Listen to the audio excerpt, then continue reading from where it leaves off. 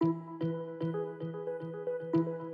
scope of our give back has been, very, very consistent throughout our history. It's an honor to be able to be involved with things like this as a business person. When I came to Legacy and saw the culture and the values as giving back to the community and making a difference in the community, it just seemed so different from the large companies that didn't have that dimension of giving back. But at Legacy, it's a cultural thing that goes every day. This church roof really caught my eye, and I thought this might be an opportunity for Legacy to step in and give back to the community.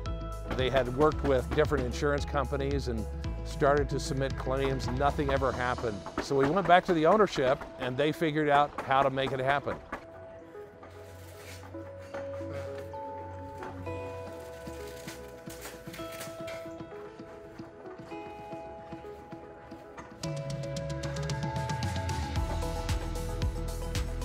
Now they can start with a brand new roof on their church, and I tell you what, they're going to be pumped.